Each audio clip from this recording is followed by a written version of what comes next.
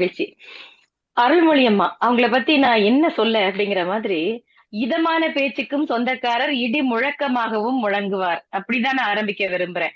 ஒரு வழக்கறிஞர், திராவிடர் கழகத்தினுடைய சிறப்பான பிரச்சார செயலாளராக ரொம்ப சிறப்பாக அம்மா அவர்கள் பணியாற்றி கொண்டு வருகிறார்கள். சுயமரியாதை சுடர், பெரியாரின் பெண்ணிய போராளின்னு சொல்லலாம் இவர. பெண்கள் சார்ந்த விழிப்புணர்வு உரைகளாக இருக்கட்டும், சமூக நீதி, இருமொழி கொள்கை, பெரியார் போன்ற தலைப்புகள்ல நிறைய பேசிட்டு இருக்காங்க அம்மா அவர்கள். நீங்க அவங்களுடைய யூடியூப் எல்லாம் நீங்க கவனிச்சீங்கன்னா தெரியும். இதுதான் சொல்லி இன்னதுதான் அம்மாவை வரையறைப்படுத்தவே முடியாது. இவருடைய பேச்சுகள் எல்லா காணொளியிலும் நீங்க வலைதளங்களிலும் கேட்கலாம். வழக்கறிஞர் வேலை தாண்டி, கழகத்தின் பிரச்சார செயலாளர் தாண்டி இவர்களுக்கு குழந்தைகள் மேல் அதீத அன்பு உண்டு. இந்த சமூக நீதி, திராவிட இயக்கம், இருமொழி கொள்கை, பெரியார் சிந்தனை தாண்டி அம்மாவுக்கு இசையிலும் நாட்டம் அதிகம். நிறைய பேருக்கு அது தெரியாது. நான் அவர்களுடைய நேர்காணல் ஒண்ணு சமீபத்துல நான் பார்த்தப்ப நான் அசந்து போயிட்டேன். எவ்வளவு நுணுக்கமா, எவ்வளவு ரசிச்சு அதை பத்தி பேசுறாங்க அப்படின்னு சொல்லி நான் அது உண்மையில அந்த நேர்காணலை ரொம்ப ரசிச்சேன். அப்படி குழந்தைகளோடையும் அவங்க வந்து பழகுறதுக்கும் ரொம்ப ஆர்வமா இருக்கக்கூடியவங்க. இன்றைக்கு இந்த குழந்தைகள் நிகழ்ச்சின்னு சொன்ன உடனே மகிழ்ச்சியோட எங்களுக்கு வந்து அனுமதி கொடுத்துட்டாங்க. அம்மாவினுடைய உரைகள் பல விவாத மேடைகளாக இருக்கட்டும், பிறந்த நாள் விழாக்களாக இருக்கட்டும், எல்லா நிகழ்வுகளிலும் பொலிவு சேர்த்து கொண்டிருக்கிறது. இவருக்கு நான் முன்னாடியே சொன்ன மாதிரி இசை மீது நாட்டம் உள்ளவர். இங்க பிள்ளைங்க பாடும்போது கார்ல வரும்போதே அம்மா அதை அப்படியே ஒரு புன்னகை முகத்தோட ரசிச்சுக்கிட்டே வந்தாங்க. அது எங்களுக்கும் மகிழ்ச்சியாக இருந்தது. இப்பொழுது சிறப்புரை வழங்குவதற்கு அம்மா அவர்களை அன்போடு அழைக்கிறேன். இந்த இளையோர் நிகழ்ச்சிக்கு, சிறப்பு பல்சுவை நிகழ்ச்சிக்கு சிறப்பு விருந்தினராக வந்தமைக்கு திரை அமெரிக்கா சார்பிலும், லாலிபாப் சிறுவர் உலகம் சார்பிலும், அனைத்து குழந்தைகள் சார்பிலும், பெற்றோர் சார்பிலும், இணைப்பில் இருக்கும் அத்தனை பேர் சார்பிலும் உங்களுக்கு எங்களுடைய அன்பும் வணக்கமும் வாழ்த்தும். அம்மா வருக, தங்களுடைய உரையை தருக. நன்றி. நன்றி ஆனந்தி. கேக்குதா? எல்லாருக்கும் நல்லா அருமையா கேக்குதுமா. மகிழ்ச்சி. இந்த திணை அமெரிக்கா அமைப்பும் லாலிபாப் குழந்தைகள் உலகமும் நிறைய நிகழ்ச்சிகளை நடத்திக்கிட்டே இருக்கீங்க. குறிப்பாக நம்முடைய அன்புடன் ஆனந்தி, கன்னிக்கோவில் ராஜா, அப்புறம் இவர்களோடு இணைந்து செயலாற்றுகிற தம்பி இளமாறன், இவர்கள் 3 பேரும் ஒரு நல்ல கூட்டணி. ஏன்னா இப்போ இந்தியாவுல, தமிழ்நாட்டுல எல்லாரும் கூட்டணி பத்தி பேசிட்டு இருக்காங்க. ஒரு ஆக்கப்பூர்வமான கூட்டணி அமைந்தால் அது எந்த அளவுக்கு நம்ம சமூகத்துக்கு பயன்படும் என்பதற்கு இலக்கணமான உங்கள் கூட்டணிக்கு முதலில் என்னுடைய வாழ்த்துக்களை தெரிவித்துக் கொள்கிறேன்.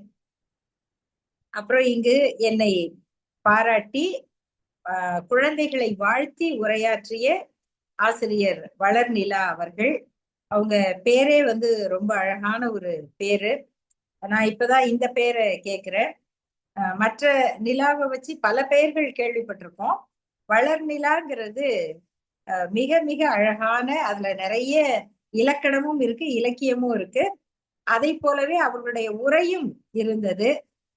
அவர்களுக்கு என்னுடைய நன்றியையும் பாராட்டுதலையும் தெரிவித்துக் கொள்கிறேன். இந்த நிகழ்ச்சியில நான் சரியாக குழந்தைகள் பேச ஆரம்பிக்கிறப்பதான் நான் வந்து இணைய முடிஞ்சது. ஏன்னா வந்து இன்னைக்கு என்னுடைய தந்தையின் நண்பர், தமிழ் மக்கள் தெரிந்து கொள்ள வேண்டிய ஒரு பெரும் கவிஞர் ஐயா ஈரோடு தமிழன்பன் அவர்கள் மறைந்து விட்டார்கள். குழந்தைகள்லாம் தெரிஞ்சுக்கணும்னா ஐயாவோட கவிதை நிறைய இருக்கு. ஒன்னே ஒண்ணு சொல்றேன், ஒண்ணுல நிறைய சொல்லணும். அதாவது ஒரு வேப்ப மரத்தை வந்து வெட்டுறாங்க. நான் இப்ப வந்து கவிதையை சும்மா நினைவுல இருந்து சொல்றேன், அதே வரிகள்ல சொல்லல. வேப்ப மரத்தை வந்து வெட்டுறாங்க, ஒரு தெருவுல இருக்கிற வேப்ப மரத்தை. அப்போ வீட்டுக்குள்ள இருந்து அவர் பாக்குறாரு, அந்த வேப்ப மரம் வந்து மனசுல என்ன நினைக்கும், நம்ம இப்படி வெட்டுறாங்களே அப்படின்னு நினைக்கும். அப்ப அந்த வேப்ப மரத்துல வந்து யார் யாரெல்லாம் பயன் பெற்றார்கள்? சில பேர் வந்து அந்த வேப்ப இலையை பறிச்சுட்டு போவாங்க, சில பேர் பட்டையை உரிச்சு பயன்படுத்துவாங்க, சில பேர் வேப்பம் பழம் பொறுக்கிட்டு போவாங்க. இப்படி நிறைய பேர் அதெல்லாம் எழுதிட்டு கடைசியா சொல்லியிருப்பாரு. அதுல வந்து யாராவது ஒருத்தராவது ஐயோ அந்த மரத்தை வெட்டாதீங்கன்னு சொல்லி இருந்தா அந்த மரத்துக்கு கொஞ்சம் ஆறுதலாகவாவது இருந்திருக்கும் அப்படின்னு. அதான் ஒரு மரத்தை வெட்டும் போது அந்த மரத்துக்கு எவ்வளவு மனசு வலிக்கும். அது வெட்டுற வலியை விட நம்மால இவ்வளவு பேர் பயன் பெற்றார்கள், ஒருத்தர் கூட நமக்காக பேசலையே அப்படின்னு அந்த மரம் நினைக்கும். உண்மைதானே? அப்படி அந்த மரத்தின் மனதிலையும் பூந்து பார்க்கக்கூடிய ஒரு கவிஞர் ஈரோடு தமிழன்பன் ஐயா அவர்கள். அவர் வந்து என்னுடைய தந்தைக்கு மிக நெருங்கிய நண்பர். அவர்கள்லாம் ஒரு பல்கலை கல்லூரியில, புலவர் கல்லூரியில ஒன்றாக படித்தவர்கள். அவருடைய மறைவினால நான் அப்ப அங்க இருந்தேன். திருப்பியும் போவேன். இந்த நிகழ்ச்சிக்காக தான் அங்க இருந்து நான் வெளியில வந்தேன். ஏன்னா நண்பர் இளமாறன் கேட்டாரு, இன்னொரு நாள் வச்சுக்கலாமா அப்படின்னு. ஆனா குழந்தைகள் தயாரிக்கிறதும் குழந்தைகளை தயாரிக்கிறதும் அவ்வளவு எளிது இல்லை. அத எல்லா பெற்றோருக்கும் தெரியும். இத பார்த்துட்டு இருக்கிற எல்லா பெற்றோரும் எவ்வளவு இதுக்காக மெனக்கிட்டு இருப்பாங்க, அந்த குழந்தைங்க எவ்வளவு தடவை பயிற்சி எடுத்திருக்காங்க அப்படிங்கிறது தெரியும். அந்த ஒரு ரெடி ஸ்டார்ட் அப்படிங்கிற நேரத்துல இல்ல, எல்லாம் அந்த ஓடுறதுக்கு ரெடியா இருக்கும் போது 1 2 3 சொல்லாம கோபேக் எல்லாம் எப்படி இருக்கும்? அது மாதிரி ஒரு மனநிலை குழந்தைகளுக்கு ஆயிருங்கிறதுனால நான் வந்து அதுக்காக தான் வெளியில வந்தேன் இந்த நிகழ்ச்சிக்காக. ஆஹ் அதனால என்னால எல்லாரோடையும் இந்த மாதிரி முதல்ல இருந்து பார்க்க முடியல. சரியா குழந்தைகள் பேசும்போதுதான் அது வந்து நான் கேட்க தொடங்கினேன். முக்கியமா இன்னொரு கவிதையும் உங்களுக்கு சொல்லணும். என்னன்னா, 10வது முறையாக தடிக்க விழுந்தவனை முத்தமிட்டு பூமி சொன்னதாம். 10வது முறையாக தடிக்க விழுந்தவனை முத்தமிட்டு பூமி சொன்னது, 9 முறை எழுந்தவன் தானே நீ. எப்படி 9 முறை எழுந்தவன் தானே நீ, பரவாயில்ல இப்பயே எழுந்துரு, அடுத்த தடவை தடுக்காம இரு. அப்படி இவ்வளவு அழகா நமக்கான கவிதைகளை கொடுத்தவர். அதனால அவருக்கு வந்து நம்முடைய திரை அமெரிக்காவும் லாலிபாப் சிறுவர் சங்கமும் நடத்துகிற இந்த மன்றம் நடத்துகிற நிகழ்ச்சியில அவருக்கு ஒரு இரங்கல், ஒரு மரியாதையும் நம்ம செலுத்திடுவோம். உங்க எல்லார் சார்பாக நான் அந்த கருத்தை பதிய வைக்கிறேன். அப்புறம் இங்கு புரட்சி கவிஞர் பாரதிதாசனை பற்றி பேசிய குழந்தைகள் நல்ல தயாரிச்சிருந்தாங்க. ரொம்ப அழகா பேசினாங்க, தடங்கள் இல்லாம பேசினாங்க. ரெண்டாவது, அந்த கருத்தை சொல்றதுல சிலத சொல்றத திருப்பி சொல்லி தமிழ் வேறு அவர் வேறு அல்ல அப்படின்னு அந்த பொண்ணு பேசினதும், அப்புறம் பேசிய குழந்தை வந்து நடுநடுவுல அந்த பாடல்களை பாடியதும், அதே மாதிரி அவருடைய கன்னிக்கோவில் ராஜா அவர்களுடைய கதைகளை சொன்னவங்க ஒவ்வொருத்தர் ஒவ்வொரு மாதிரி அந்த கதையை சொல்றாங்க.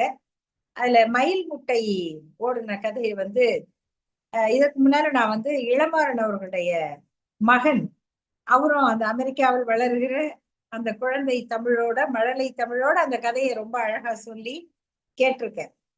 அதே மாதிரி இப்போ ஒரு குட்டி பையன் அந்த குட்டி பேசும்போது அந்த எப்படி அந்த மயில் முட்டை ஓடுச்சு அப்படிங்கிறது அது கேட்கவே அவ்வளோ இனிமையாக இருந்தது. இனிமை தமிழ் மொழி எமது, எமக்கு இன்பம் தரும்படி வாய்த்தனல் அமுது அப்படின்னு பாரதிதாசன் சொன்னாரு. அது உங்க எல்லாருடைய மொழியும் அந்த இனிமை தமிழ் மொழி தான். அதே போல அந்த கதைகளை சொல்லும்போது ரெண்டாவதாக சொன்ன அந்த பெண் வந்து இன்னொன்னு நான் உங்களை நல்லா பாராட்டணும். பெரிய குளம்னு நினைக்கிறேன் அவங்க ஊரு. அந்த அவங்க கதையை வந்து படிச்சது மட்டும் இல்லாம மனசுக்குள்ள வாங்கி அந்த பேராசூட் பூனை, அந்த பேராசூட் பூனை கதையை சொல்லும் போது அந்த குட்டி எலிகள் வந்து அந்த அங்கிட்டும் எங்கிட்டும் பார்த்துச்சுன்னு அப்படியே அந்த ஊர் மொழியில சொன்னாங்க பாத்தீங்களா. அது வந்து ரொம்ப ரொம்ப ரொம்ப தேவையான ஒன்று. என்னன்னா, கதையை வந்து அப்படியே அதுல இருக்கிற வரிகள்லயே நம்ம சொல்லணும்னு இல்ல, கதையை மனசுல வாங்கிட்டா இயல்பா நம்ம மொழியில அது வெளியில வரும். அதே போல அதற்கு முன்னால கடல் பசு பற்றி அந்த கதையை சொன்ன அந்த சிறுமியும் ரொம்ப நல்லா சொன்னாங்க. ஏன்னா அது அது சொல்றது கொஞ்சம் கடினமான கதை. ஏன்னா கடல் பசு என்ன, அதனுடைய அப்படி அது என்ன வகைப்பட்ட தாவரம் அல்லது விலங்கு அப்படின்னு சொல்லணும். அவங்களும் வந்து அது ரொம்ப நல்லா சொன்னாங்க. அப்புறம் பாடல்களை சொன்னார். நம்ம இளையோர் ஆத்திச்சூடி சொன்ன அந்த குட்டி தம்பி அவர் சொல்லும் போது முதல்ல எப்படி பாப்பா எப்படி அந்த வரிசைகள் சொன்னாங்க, சொல்லி எந்தெந்த வரிசையில வந்து அந்த ஆத்திச்சூடி வந்தது. அதுல நீங்க நிறைய பேர் கேட்கணும். அதுல கேலி பேசாதேன்னு இருக்கு இல்லையா? யாரையும் கேலி பண்ணாதீங்க, அது வந்து ரொம்ப தப்பான பழக்கம். ஆனா இது அப்பவே அவர் சொல்லி இருக்காரு. ஆனா எங்களுக்கெல்லாம் அப்ப தெரியாது. எங்களுக்கு ரொம்ப பிடிச்சதே கேலி பேசுறதுதான். ஏன்னா இப்ப இருக்க குழந்தைங்க வந்து அப்படி இல்லை. இப்ப இருக்க குழந்தைங்க வந்து அப்பா அம்மாவுக்கே சொல்றாங்க, ஒருத்தர் அப்படி பேசாதீங்க, கேலி பண்ணாதீங்க, இல்லையாப்பா? எல்லாரும் சொல்றீங்க இல்லையா? உங்க அம்மா அப்பாக்கு நம்ம குழந்தைங்கள்ட்ட தான் தெரிஞ்சுக்கிறோம். அதுக்கு என்ன பேர் வச்சிருக்கீங்க? பாடி ஷேமிங் பண்ணாதீங்க. ஆனா இப்ப கூட நம்ம ஊர்கள்ல எல்லாம் கிராமத்துல எல்லாம் அவன் நெட்டையன், இவன் குட்டையன், அவ கருப்பி, இப்படி எல்லாம் இந்த கண்ணு அப்படி வந்து ஒவ்வொன்றும் என்ன ஏதாவது ஒரு மாறுதலாக இருந்தா அத சொல்லியே வந்து கேலி பண்றது பழக்கம். ஆனா வந்து அப்படி செய்யக்கூடாது அப்படிங்கிற ஒரு அறிவும் தெளிவும் இப்பதான் வந்துகிட்டு இருக்கு. ஆனா அதை வந்து புரட்சி கவிஞர் பாரதிதாசன் அப்பவே வந்து எழுதியிருக்காரு அப்படிங்கிறத நம்ம தெரிஞ்சுக்கணும். அவரு குழந்தைகள் இளையோர் ஆத்திச்சூடி படிச்சுட்டீங்க. பெரியவங்களுக்கான ஆத்திச்சூடியில என்ன இருக்கும்? எடுத்த உடனே அனைவரும் உறவினர் அப்படின்னு இருக்கும். அனைவரும் உறவினர், எல்லாரும் ஒரே மாதிரிதான், எல்லாரும் நம்ம உறவுதான். இவர் யாரு, அவங்க யாரு, இந்த வந்து அந்த பிரிவெல்லாம் பார்க்க கூடாது, எல்லாரையும் ஒன்னா நினைக்கணும். அப்படி பாடியவர் தான் புரட்சி கவிஞர் பாரதிதாசன். நீங்க அவரை பத்தி கட்டுரைகள்லாம் படிச்சுட்டு தான் பேசுறீங்க. அவருடைய பாடல்களை நீங்க படிக்க படிக்க படிக்க அந்த குழந்தை வந்து பெண் குழந்தை தாலாட்ட சொன்னாங்க. அது எவ்வளவு அழகா சொன்னாங்க, எனக்கு ரொம்ப பிடிச்சிருந்தது. அந்த தாலாட்டு சொல்லும் போதே அந்த பாட்டு எதுக்காக பாடினார் தெரியுமா? அவர் வந்து பெரிய பெரிய போராட்ட பாட்டு தான் எழுதிட்டு இருக்காரு. அப்போ குஞ்சிதம் குருசாமி அப்படின்னு ஒரு அம்மையார், அவங்க வந்து அந்த காலத்துல ரொம்ப புரட்சிகரமா இருந்தவங்க, ரொம்ப படிச்சவங்க, சென்னை மாநகராட்சியில உயர் அதிகாரியா இருந்தவங்க, கல்வித்துறை அதிகாரியா இருந்தவங்க. அவ்வளவு இங்கிலீஷ் பேசுவாங்களா அப்பவே. அவங்க பேசுற இங்கிலீஷ் வந்து எழுதுறது அவ்வளவு உயர்ந்த ஒரு மொழி நடையா இருக்கும். அவ்வளவு படிச்சவங்க, ஆனா ரொம்ப எளிமையா இருப்பாங்க. ரெண்டே ரெண்டு செட்டு ட்ரெஸ் தான் வச்சிருப்பாங்க. அவ்வளவுதான் தேவை, அதுக்கு மேல வச்சுக்க கூடாது ஆடம்பரம் அப்படின்னு நினைக்கிறவங்க. அவங்க குழந்தைக்குதான், அவங்களோட குழந்தை பெண் குழந்தைக்குதான் தந்தை பெரியார் முதல்ல ரஷ்யான்னு பேர் வச்சாரு. என்ன ரஷ்யாவா அப்படின்னு கேக்குறாங்க. ஆமா, அது பெண் குழந்தைக்கா? ஏன், என்ன தப்பு? அப்போ இல்லைங்க, அது ஊர் பேரு. அப்போ பெரியார் ஐயா சொல்றாரு, பழனி திருப்பதி கூட ஊர் பேரு தான், அது மட்டும் என்ன பேரு? இதெல்லாம் விட அது பெரிய ஊருப்பா, அது ரொம்ப வளர்ந்த ஊரு, ரொம்ப மாடர்ன். அப்போ வந்து ரஷ்ய பெண்கள் வந்து அவ்வளோ புரட்சியா இருப்பாங்க. முதல்ல விண்வெளியில பறந்த பெண் யாரு? வேலண்டினா. அது ரஷ்யாவுடைய ஏவுகணை. இப்ப கூட அவங்க வந்து ஒரு போட்டி தான். அந்த ரஷ்ய பெண்கள் வந்து ரொம்ப புரட்சியா இருப்பாங்க. அதனால அந்த பெண் குழந்தைக்கு ரஷ்யான்னு தந்தை பெரியார் பேர் வச்சாரு. அந்த குழந்தைய தொட்டில போட்டிருக்கும் போது புரட்சி கவிஞர் பாரதிதாசன் அவங்க வீட்டுக்கு வராரு. அவங்க வீட்டுல சாப்பிட்டா அவங்க எல்லாம் ரொம்ப குடும்பமா பழகுறவங்க. அப்போ அந்த அம்மையார் கேக்குறாங்க, குஞ்சிதம் அம்மையார் கேக்குறாங்க, ஐயா கவிஞர் ஐயா, இந்த மாதிரி எல்லாத்துக்கும் பாட்டு இருக்கு, நல்ல பகுத்தறிவு பாட்டு இருக்கு, ஆனா தாலாட்டு பாட்டு இருக்கா? குழந்தைக்கு அந்த அத்தை அடிச்சாளா, மாமா அடிச்சாரா, இந்த பாட்டு தானே இருக்கு. தாலாட்டுன்னு சொன்னாலே ஆறாரோ ஆறாரோ ஆறடிச்சா நீ எழுக, அடிச்சார சொல்லி எழு, ஆக்கினைகள் செய்து வைப்போம்னு சொல்லிட்டு அந்த பக்கம் அத்தையை திட்டினாங்க, இந்த பக்கம் மாமாவை புகழ்ந்தாங்க, இப்படிதான் சொல்லிட்டு இருக்கோம். அப்ப அவங்க சொல்றாங்க, இது மாதிரி எல்லாம் வேண்டாம், குழந்தைங்களுக்கு நல்ல அறிவு சொல்ற மாதிரி தாலாட்டு பாட்டு இல்லையே அப்படின்னு கேட்ட உடனேதான் அவர் உட்கார்ந்து அந்த பெண் குழந்தைய நினைச்சு பார்த்து எழுதுறாரு. அப்போ பெண் குழந்தைய பார்த்த உடனே எப்படி இருக்கு? எந்த குழந்தைய பார்த்தாலும் அழகாதான் இருக்கும். ஆண் குழந்தை மட்டும் வேற மாதிரி இருக்குமா? ஆண் குழந்தையும் அழகாதான் இருக்கும். அவர் அப்ப பாடினது முதல்ல பெண் குழந்தைக்கு, அப்புறம் தான் ஆம்பளை குழந்தைக்கு பாடுறாரு. அப்படி பாடும்போது பார்த்த உடனே சின்ன பூ மாதிரி இருக்கு அந்த குழந்தை, பளிச்சுன்னு இருக்குதே அப்படின்னு. சோலை மலரே அப்புறம் எப்படி இருக்கு? அப்படியே தங்கம் மாதிரி இருக்குது. சொர்ணத்தின் வார்ப்படமே காலை இளம் சூரியனை காட்டும் பளிங்குருவை. அப்படியே அந்த குழந்தை உடம்புல சூரிய ஒளி போய் வருதாம். அது எவ்வளவு சின்ன உடம்பு, எப்படி இப்படி வரைஞ்ச மாதிரி இருக்கு? அன்னத்தின் தூவி அணிச்ச மலர் எடுத்து சின்ன உடலாக சித்தரித்த மெல்லியலே. இதுக்கப்புறம் தான் மின்னல் மொழியே விலைமதியா ரத்தினமே. அதெல்லாம் சொல்லிட்டு அடுத்தது என்ன சொல்றாரு? மூடத்தனத்தின் முடைநாற்றம் வீசுகின்ற காடு மணக்க வரும் கற்பூர பெட்டகமே, புண்ணில் சரம் விடுக்கும் பொய்மதத்தின் கூட்டத்தை கண்ணில் கனல் சிந்தி கட்டழிக்க வந்தவளே, தெய்வீகத்தை நம்பும் திருந்தாத பெண்குலத்தை உய்விக்க வந்த உவப்பே பகுத்தறிவே. எல்லாம் இப்படி வரிசையா சொல்லிட்டு வர்றார். போனா நிறைய நேரம் போகும். அப்புறம் கடைசியா நம்முடைய ஆசிரியர் வளர்நிலா சொன்னாங்க இல்லையா, அந்த வரியில கொண்டு வந்து முடிக்கிறாரு. சாணிக்கு பொட்டிட்டு சாமி என்பார் செய்கைக்கு நாணி கண்ணுறங்கு நகைத்து நீ உறங்கு. இது வந்து தாலாட்டு பாட்டு. ஆனா உண்மையிலே இந்த பாட்டை பாடினா குழந்தை எந்திரிச்சிக்கும் இல்லையா? அது எழுச்சி பாடல். ஆனா தாலாட்டு மாதிரி அதை ராகமா பாடலாம்னு நினைச்சு அவர் வந்து எழுதியிருக்காரு. அப்ப இந்த பாடல்களை எல்லாம் குழந்தைகளுக்காக அவர் பாடும்போது அந்த பாடலை குழந்தைகள் பாடுறதை கேட்டா அவ்வளவு ஆசையாக இருக்கு. இந்த நீங்க நிறைய பாட்டு சொல்லி கொடுக்கும்போது சில சமயம் தீராத விளையாட்டு பிள்ளை அந்த பாட்டு கேட்டிருப்பீங்க. நம்முடைய ஆனந்தி அவர்கள் சொன்னாங்க, எனக்கு வந்து இசையில ரொம்ப ஆர்வம் அதிகம். எல்லாருக்கும் ஆர்வம் தானே, நீங்க எல்லாரும் பார்ப்பீங்கல்ல, எல்லாம் சூப்பர் சிங்கர், சரிகமப்பா, இதெல்லாம் பாருங்க எவ்வளவு பிள்ளைங்க எவ்வளவு திறமையா பாடுறாங்க. எனக்கு அதெல்லாம் பார்க்க ஆசையாதான் இருக்கும். சரி, நம்மளுக்கு அவ்வளவு பாட முடியாட்டியும் அது கேட்கறதே இன்பம்தான். அந்த மாதிரி ஸ்கூல்ல எல்லாம் எங்களுக்கு எல்லாம் பள்ளிக்கூடத்துல சொல்லி கொடுப்பாங்க, டான்ஸ் எல்லாம் ஆட சொல்லி கொடுத்தாங்க. அப்போ அந்த காலத்துல பாரதியார் பாட்டு எழுதி நிறைய நல்ல பாட்டு இருக்கு இல்லையா? சின்னஞ்சிறுக்கிலேயே கண்ணம்மா செல்வ களஞ்சியமே, அதெல்லாம் பாட்டு.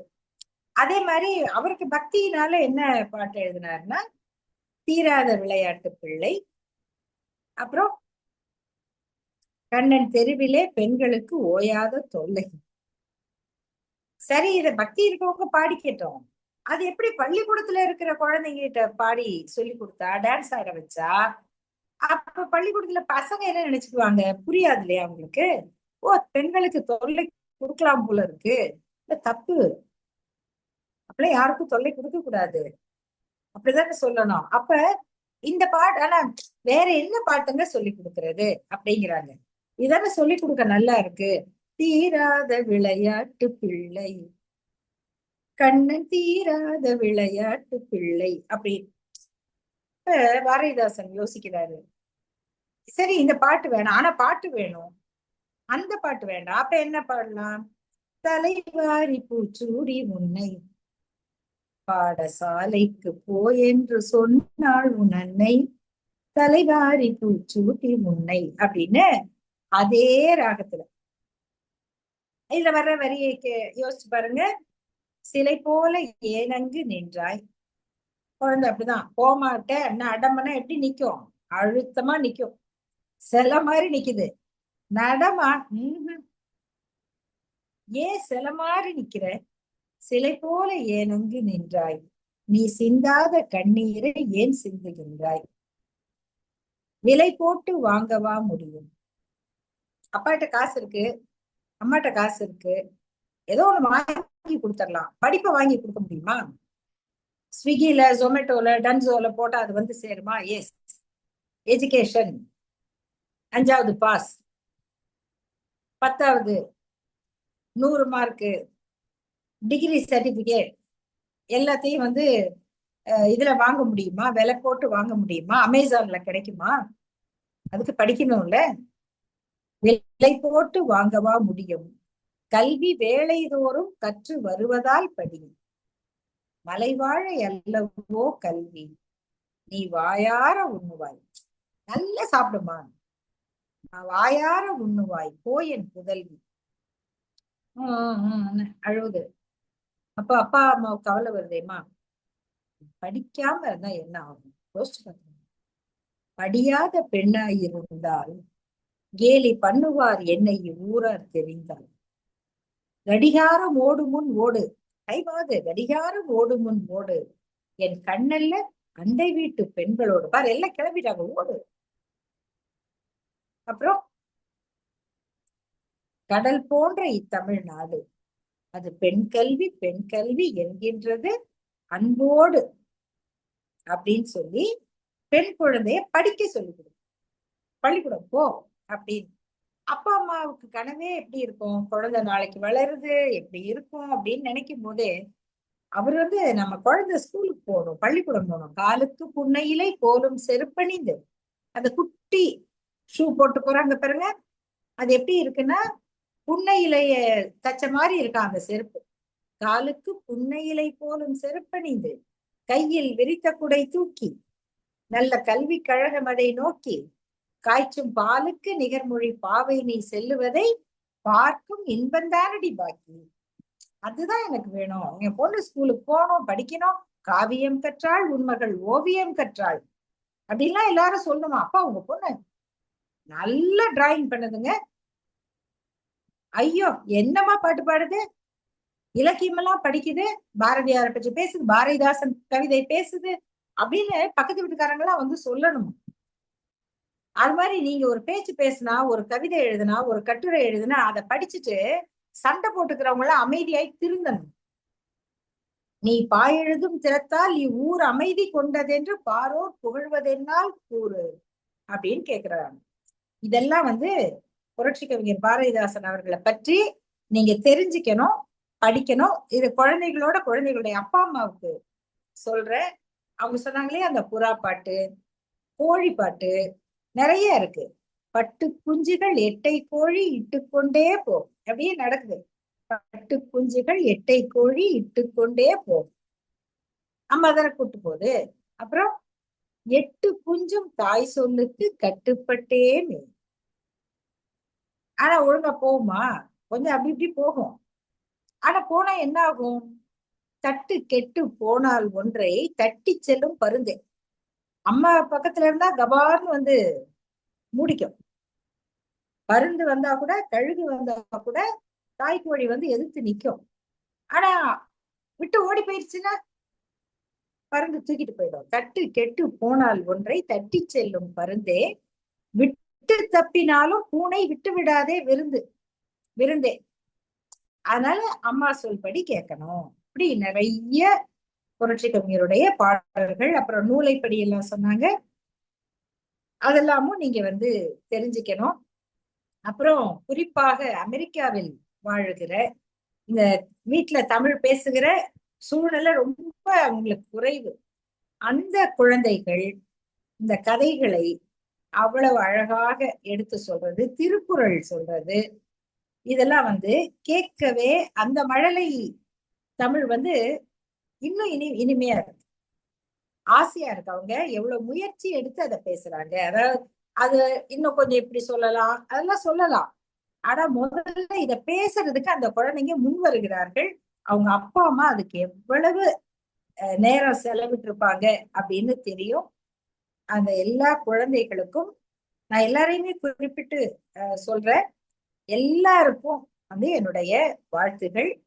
அப்புறம் நல்லா படிக்கிறீங்க, எல்லாருமே நல்லா பேசுறீங்கன்னாலும் கடைசியா சில இது சொல்லுவாங்களே, இத பண்ணா இன்னும் கொஞ்சம் நல்லா இருக்கும், இத கொஞ்சம் கவனிங்க, இன்னும் சிறப்பா இருப்பீங்க அப்படின்னு சொல்ற மாதிரி உங்களுக்கு ஒரு சில ஆலோசனை மட்டும் சொல்றேன். தமிழ் உச்சரிப்பு ரொம்ப முக்கியம். எழுத்தை எப்படி உச்சரிக்கணும் அப்படின்னு இருக்கு. முதல்ல தமிழை தமிழ்னு சொல்லி பழகும். தமிழ்ங்கிறதுக்கும் தமிழ்னு பேசினா எப்படி இருக்கும்? தமிழே உயிரே வணக்கம், தாய் பிள்ளை உறவம்மா உனக்கும் எனக்கும் அப்படின்னு சொல்லலாம். தமிழே உயிரே வணக்கம், தாய் பிள்ளை உறவம்மா உனக்கும் எனக்கும். அப்படின்னா உனக்கும் 2 சுழினா, எனக்கும் 2 சுழினா, வணக்கம் 3 சுழினா. வணக்கம் அப்படிங்கும்போது 3 சுழி வணக்கம். அந்த நா எப்படி போகணும்? உனக்கும் எனக்கும், பேனா, நானா, நீனா, இதெல்லாம் 2 சுழினா. அப்ப அந்த நா அந்த பல்லுக்கு மேல வரும். நாங்கிறது நடுவுல மேல அன்னத்துல ஒட்டி வரும். இத சொல்லி பழகுனீங்கன்னா நீங்க பேசுறத கேட்க உங்களுக்கே ஆசையா இருக்கும், மத்தவங்களுக்கு ஆச்சரியமா இருக்கும். இது நானா. ழா, லா, லா 3 இருக்கு இல்லையா? எலி வேற, எலி வேற, பள்ளி வேற, பள்ளிக்கூடம், பள்ளி வேற, பள்ளி வேற இல்லையா? பள்ளிக்கூட செவுத்துல பள்ளி ஏறும். சொல்லி பாருங்க.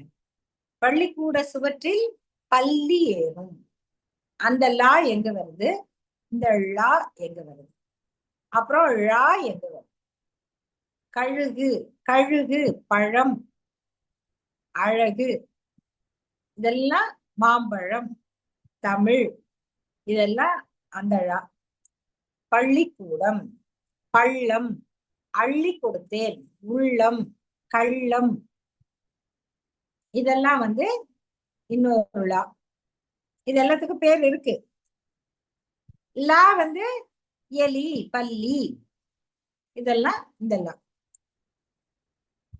அப்போ ஒரு மொழிக்கு எல்லாமே அழகு இருக்கு. இப்ப எப்படி ஆங்கிலத்துல பேசுறோமோ ஆங்கிலத்துல இப்படி பேசணும். அதே மாதிரி அமெரிக்காவில் வாழுகிற குழந்தைகளுக்கும் சரி, ழா கடினமே இல்லை. ழா சொல்லி பழகுனா போதும். இப்ப பேசுற குழந்தைங்க கூட சில இடங்கள்ல ழா சொல்றாங்க சரியா, ஆனா அதை கவனிச்சு பெற்றோரும் ஆசிரியர்களும் திருத்தணும். எங்க அவங்க தப்பா சொல்றாங்க, நம்ம சொல்லி கொடுத்தா அவங்க கத்துக்குவாங்க. அது மாதிரி அமெரிக்காவில் வளர்கிற குழந்தைகளும் அங்க எழுதும் போது தமிழ் TAMILன்னு எழுதுறாங்க. அதனால அவங்க தமிழ் அப்படின்னு தான் சொல்றாங்க. தமிழ்னு ZH போட்டும் சொல்றது இருக்கு. ரீன் அப்படின்னு பிரெஞ்சுல படிக்கும் போது நீங்க ழா சொல்றீங்க இல்லையா? ரான், இதெல்லாம் பிரெஞ்சு மொழியில இருக்கு. அதேதான் தமிழ்லயும் இருக்கு. அப்போ ழா வந்தா நீங்க பிரெஞ்சு ஞாபகம் வச்சுக்கணும். இது மாதிரி சின்ன சின்ன குறிப்புகளை நம்முடைய பெற்றோர் தெரிஞ்சுக்கணும். குழந்தைங்க தெரிஞ்சுக்கிட்டா பெற்றோருக்கே கத்து கொடுத்துருவீங்க. நான் குழந்தைங்களோட பேசும்போது சிலது வேணும்னே சொல்லுவேன். ஒரு குழந்தை சொல்லிட்டே இருக்கட்டும், கூட்டங்களை கூட சொல்லுவேன், அந்த காப்பி குடிக்கலாமா அப்படின்னு. உடனே அத்தை காப்பி இல்ல, என்னமா காஃபி அப்படின்னு. ஏன்னா அவங்க ஒண்ணு சரியா தெரிஞ்சுக்கிட்டா தப்பா பேச மாட்டாங்க, நம்மளும் தப்பா பேசினா விட மாட்டாங்க. அதுதான் குழந்தைகளுடைய இயல்பு. அப்ப குழந்தைக்கு சரியா அத மனசுல பதிய வைக்கலன்னா அது குழந்தைகளுடைய தவறு இல்லை. ஒண்ணு பெற்றோருடைய கவனக்குறைவு, ஆசிரியர்களுடைய கவனக்குறைவு. அதனால இங்க பேசின, பாடிய, கவிதை சொன்ன, அமெரிக்காவில் இருந்து அந்த குட்டி கதைகள் சொன்ன, திருக்குறள் சொன்ன குழந்தைகள் எல்லாரும் ரொம்ப சிறப்பானவங்க, திறமையானவங்க. உங்களுக்கு மிக சிறப்பான உயர்ந்த எதிர்காலம் இருக்கு. இதை விடாம செய்ய. தமிழ் உங்களை எந்த அளவுக்கு முன்னேற்றும். ஆங்கிலமும் படிங்க, ஏன்னா அது உங்களுடைய அறிவு வளர்ச்சி, தொழில் வளர்ச்சி, உங்களுடைய முயற்சி எல்லாத்துக்கும் ஆங்கிலம் தேவை. அதே போல தமிழிலும் நீங்க சிறப்பாக வரணும். அப்படி உங்களுடைய திறமையை, ஆற்றலை வளர்த்து கொள்வதற்கு இந்த லாலிபாப் சிறுவர் மன்றமும் திணை அமெரிக்காவும் இவ்வளவு சிறப்பான நிகழ்ச்சிகளை தொடர்ந்து நடத்துவதற்காக அவர்களுக்கு மீண்டும் என்னுடைய நன்றி. உங்கள் அனைவருக்கும் என்னுடைய பாராட்டுக்கள். இத்துடன் முடித்துக் கொள்கிறேன். நன்றி. நன்றிமா, நன்றிமா, மிக சிறப்பு. நீங்க அழகா சொல்லும் போது எனக்கு இங்க நான் முணுமுணுத்துட்டே இருந்தேன். தலைவாரி பூச்சூடி உன்னை பாடசாலைக்கு போ என்று சொன்னாலும் நன்னை. எனக்கு அது ரொம்ப பிடிக்கும், அந்த தலைவாரி பூச்சூடி அந்த ராகத்துல பாடுறதுக்கு. ரொம்ப ம், அழகா எதை சொல்லி கொடுக்க வேண்டும் அப்படிங்கறதுல ரொம்ப அழகா சொன்னீங்க. அதே மாதிரி இந்த இந்த ஒலிக்குறிப்புகள் அத வந்து நம்ம பெற்றவர்களும் சரி, ஆசிரியர்களும் சரி அதை கவனித்து பிள்ளைங்க நீங்க சொன்ன மாதிரிதான் அழகா சொன்னீங்க. அந்த நம்ம காப்பின்னு சொன்னா காஃபி அப்படின்னு சொல்லணும். ஏன்னா உண்மை 100க்கு 100 உண்மை. ஏன்னா நம்மளை விட நம்ம குழந்தைங்க 30% அதிகமான ஒரு திறனோட இருப்பாங்க. இன்னும் பேர குழந்தைங்க 60% அது உண்மை. அப்பட்டமான உண்மை. இன்னைக்கும் ஒரு டெக்னாலஜி சம்பந்தமா ஏதாவது வேணும்னா என் குழந்தைங்கள தான் நான் கேட்பேன். ஏன்னா அவங்க தான் எனக்கு சொல்லி தராங்க. அது மாதிரி அந்த பிள்ளைகளிடம் சொல்ல வேண்டியதை பொதுவா சொல்லுவாங்க, பிள்ளைகள் கெட்ட வார்த்தைகளை பேசுவதில்லை. அவர்கள் கேட்ட வார்த்தைகளைத்தான் பேசுவார்கள் அப்படின்னு சொல்லுவாங்க. அது மாதிரி நம்ம சொல்லி தரத ஒழுங்கான முறையில சொல்லி கொடுத்தோம்னா, நீங்க சொல்லிக் கொடுத்தீங்க அழகா அந்த உச்சரிப்பெல்லாம். எனக்கு ஒரு நிமிஷம் தமிழ் வகுப்புல உட்கார்ந்திருக்க மாதிரி இருந்தது. அந்த மாதிரி அம்மா அவங்க ரொம்ப அழகா, இனிமையா அந்த ழகரத்தின் சிறப்பு எந்த மொழிக்கும் கிடையாது. நம்ம தாய் தமிழுக்கு மட்டும்தான் உண்டு. அதை நம்ம பிள்ளைங்க தெரிஞ்சுக்கணும். அதை தெரிஞ்சுக்கிட்டு அவர்கள் அதை செயலாற்ற வேண்டும்ங்கிறத அக்கறையோடு அதுலயும் ஒரு சமூக அக்கறை எங்க அருண்மொழி அம்மாவுக்கு. அத சொல்றாங்க. இனி வரக்கூடிய பிள்ளைகள் தமிழை உணர்ந்து பேச வேண்டும், அதை உணர்ந்து வளர வேண்டும்ங்கிறதுக்கு அருமையான ஒரு உரை கொடுத்தீங்கம்மா. மிக்க மகிழ்ச்சி. நம்ம கவி பேரறிவி ஈரோடு தமிழன்பன் ஐயா அவர்களுக்கு இந்த நிகழ்ச்சி துவக்கத்திலேயே நாங்க மௌன அஞ்சலி செலுத்தினோம். ஒரு நிமிடம் மௌன அஞ்சலி செலுத்தி தான் இந்த நிகழ்ச்சியவே தொடங்கினோம்ங்கிறதையும் இந்த நேரத்துல உங்களுக்கு சொல்லிக்க ஆசைப்படுறேன். மிக்க மகிழ்ச்சிம்மா.